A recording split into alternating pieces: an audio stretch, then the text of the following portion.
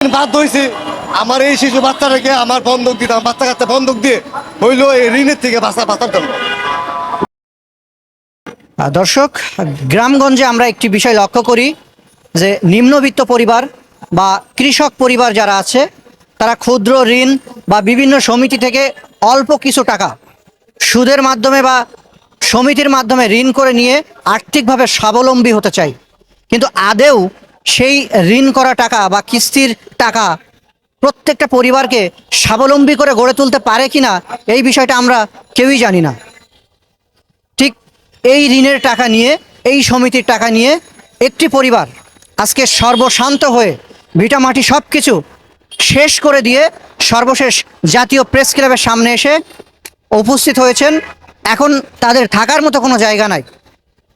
আমরা শুনবো আজ সেই পরিবারের কাছ থেকে কত টাকা তারা ঋণ করেছিলেন, কেন ঋণ করেছিলেন এবং কোন কোন সমিতি বা প্রতিষ্ঠান থেকে তারা ঋণ নিয়েছিলেন, সেই বিষয়গুলো আজকে সেই ভুক্তভোগী পরিবারের কাছ থেকে শুনবো।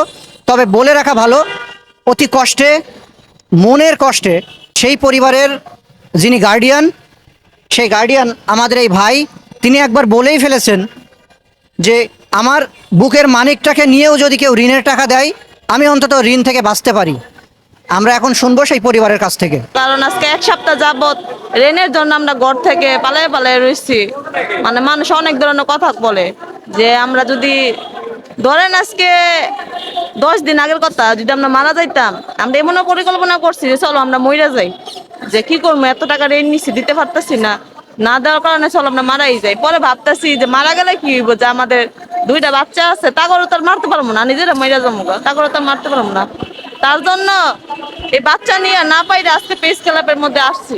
অনেক মানুষ অনেকভাবে নিতে আসছে যে বাচ্চা কেমন, মা বাচ্চা বন্ধক দিয়ে দিব, এটা করবো সেটা করবো, কিন্তু এটা যার উপর দিয়ে যায় সেই বুঝে। আজকে ভাই 8 দিন হয়েছে আজকে প্রেস ক্লাবে, ঠিক আছে? তো আমি প্রেস ক্লাবে আসছি, আমি একটা কাপড় ব্যবসায়ী, আমার নাম সুমন, আমার বাড়ি হলো নারায়ণগঞ্জ। তো নারায়ণগঞ্জ থেকে আমি আসছি আজকে 8 দিন ধরে আসছি একটু মানবিক সহায়তার জন্য। অর্থনৈতিকভাবে আমি অনেকটা ঋণগ্রস্ত, অনেকটা ঝামেলা পড়ে গেছি। আমার এই পরিবারটা নিয়ে আজকে আমি 8টা দিন ধরে রাস্তায় পড়ে আছি। এত টাকা ঋণ হয়েছি যা বলার বাইরে। যা আমার অনেকে বলতে পারে যে ভাই আপনি চাকরি বাকরি করেন না কেন বা কি করেন না কেন, ভাই আমি যে পরিমাণ টাকা ঋণ হয়েছি ব্যবসা ঋণ করে নিয়ে, তো এটা আমি চাকরি করে 10 বছর বা 20 বছর আমার এই টাকা সুতরাং সম্ভব না। তার মধ্যে আমার এই 2টা শিশু বাচ্চার পরিবার, আমি শিশু বাচ্চাকে পুরো ধ্বংস করে দিচ্ছি। এখন আমার জন্য আমার পরিবারটা পথে বসে গেছে ভাই। আমি প্রধানমন্ত্রীর দৃষ্টি আকর্ষণ করেছি যারা আমার পরিবারটাকে যেন বাঁচায়, ঠিক আছে? আমার 4 থেকে 5টা দোকান ছিল, কাপড়ের দোকান, পাইকারি কাপড় ব্যবসা করতাম। তো বিগত আজকে 6-7 মাস ধরে লস খাইতে খাইতে আজকে পুরো লস খাইছি। লস খাইতাম না, আমার পরিবারের চিকিৎসা করছি। আমার পরিবার, আমার বাবা স্ট্রোক করছে, বাবার পিছনে 3-4 লাখ টাকা, 2.5 থেকে 3 লাখ টাকা গেছে।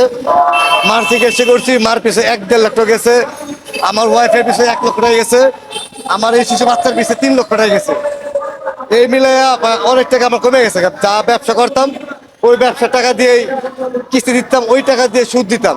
এখন সুদের টাকাটা এরকম হয়েছে, সুদ আর আসল মিলে প্রায় 20 থেকে 22 লক্ষ 25 লাখ টাকা হয়ে গেছে। এখন আমি বাড়িতে থাকতে পারছি, ঘরে থাকতে পারছি না। আজকে সে আমার সে সোমবার, এই সোমবারে ভাই আমার মরণের সোমবার। আজকে সোমবার দিন আমি নিচে আমার 15 থেকে 20 হাজার টাকা কিস্তি দিতে হয়।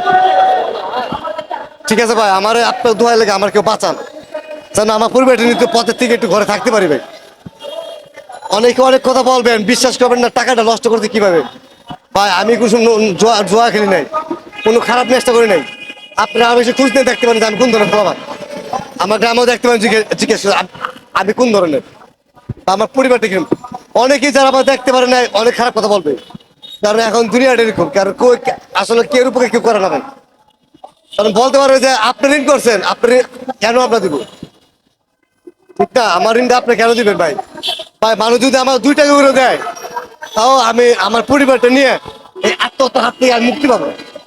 তাহলে সেদিন বাধ্য হয়েছি আমার এই শিশু বাচ্চাটাকে আমার বন্ধক দিতাম, বাচ্চা কাচ্চা বন্ধক দিয়ে হইলো এই ঋণের থেকে বাঁচার জন্য।